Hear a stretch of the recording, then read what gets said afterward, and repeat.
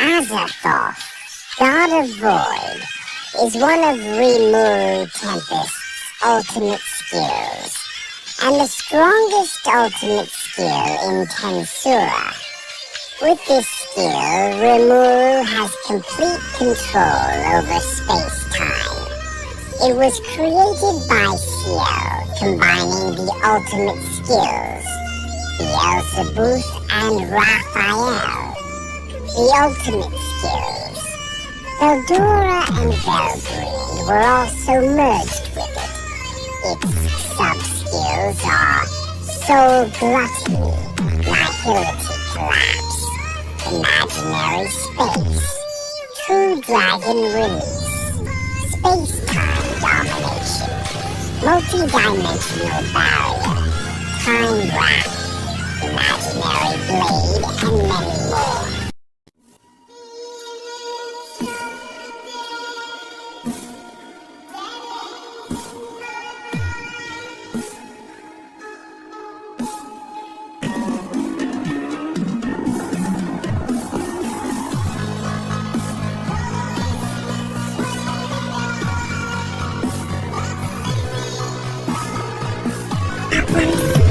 You speak of the Angels of Invasion, yes?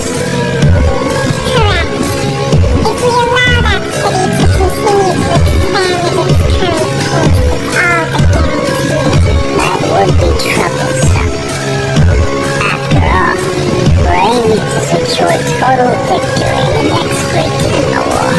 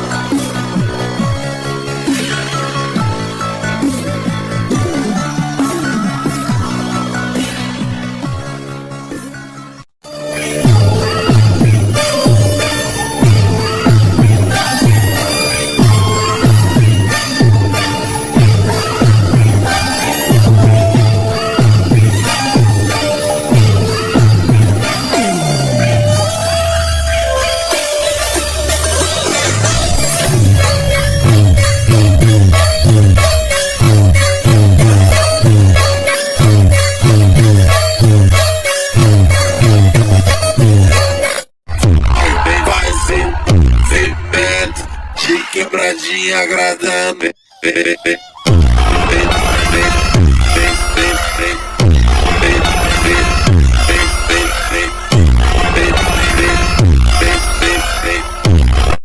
Feldway, the first servant created by Veldanava, was very much like his creator.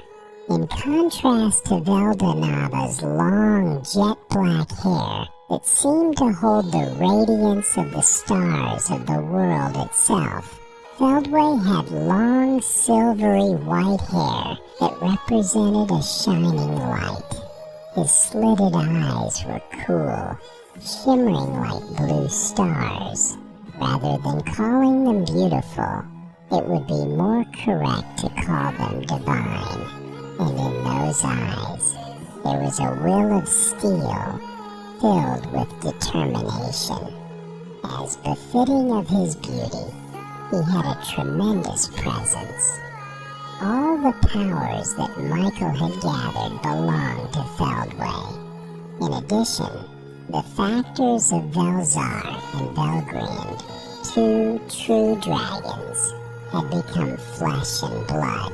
In terms of strength, Feldway was now more substantial than ever before.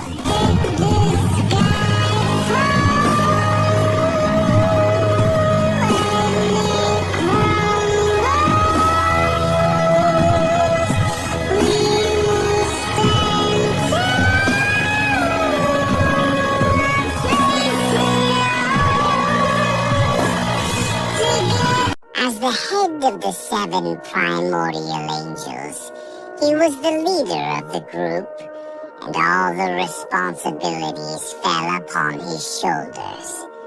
All decisions were left to Feldway's will, without the possibility of consulting others. When Veldanava left, there was no way to escape the pressure.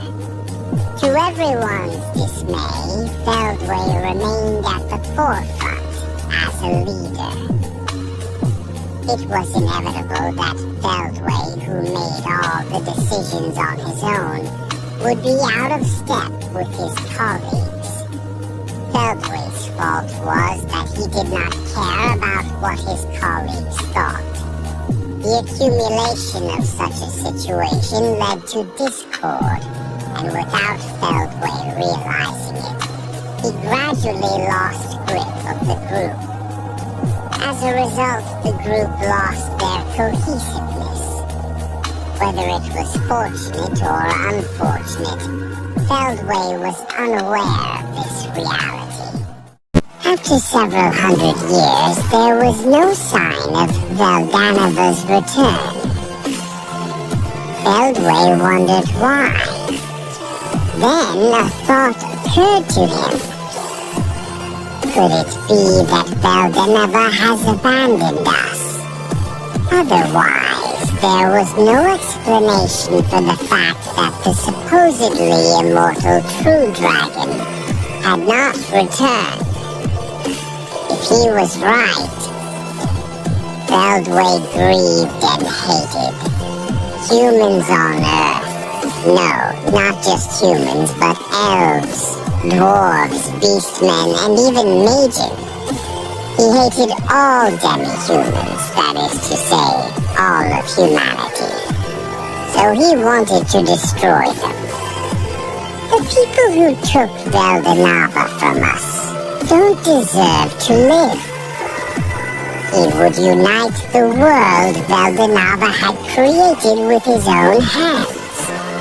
And then he would condemn those who have committed the greatest crimes. That was Feldway's conclusion. Feldway grieved and hated humans on Earth. No, not just humans. Not just humans, but elves, dwarves, beastmen, and even Majin. He hated all demi-humans, that is to say, all of humanity. So he wanted to destroy them. The people who took Veldanava from us don't deserve to live. He would unite the world Veldanava had created with his own hands. And then he would condemn those who have committed the greatest crimes. That was Feldway's conclusion. He would take the world favored by the god Veldanava and dye it in into his own color. He would destroy its diversity in order to create a world of his own. Lord Veldanava, if you want to punish me, then punish me. That is what I want. Now hurry, or there will be no more worlds.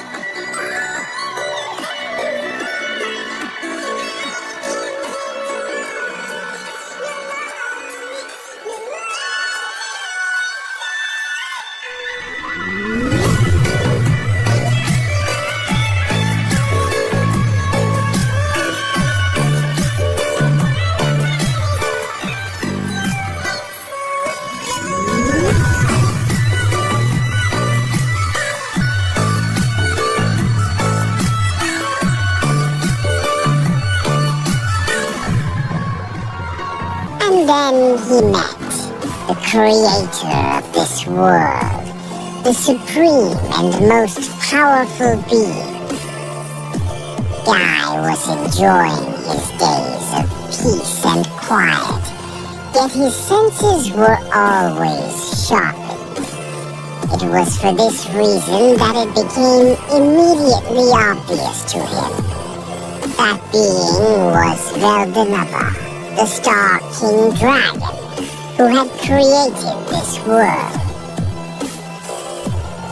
If you're the creator, then show me your power, Guy challenged boldly. He laughed fearlessly, his confidence unwavering. He did not doubt that he was the strongest and regarded challenging Veldanava as a matter of course. The result, however, was a crushing defeat. In an instant, Guy found himself sprawled on the ground, utterly without the chance to fight back. His pride, which had never wavered in its belief of his strength, was shattered into a million pieces. According to the law that dictated defeat results in servitude, Guy was meant to become Veldanava's servant, yet his pride would have none of that. Kill me, I am satisfied. I now understand that in this world there is a higher power. There is no end to it, and I too am part of an unbroken line of reason. Oh, great being, I am proud to have lost to you.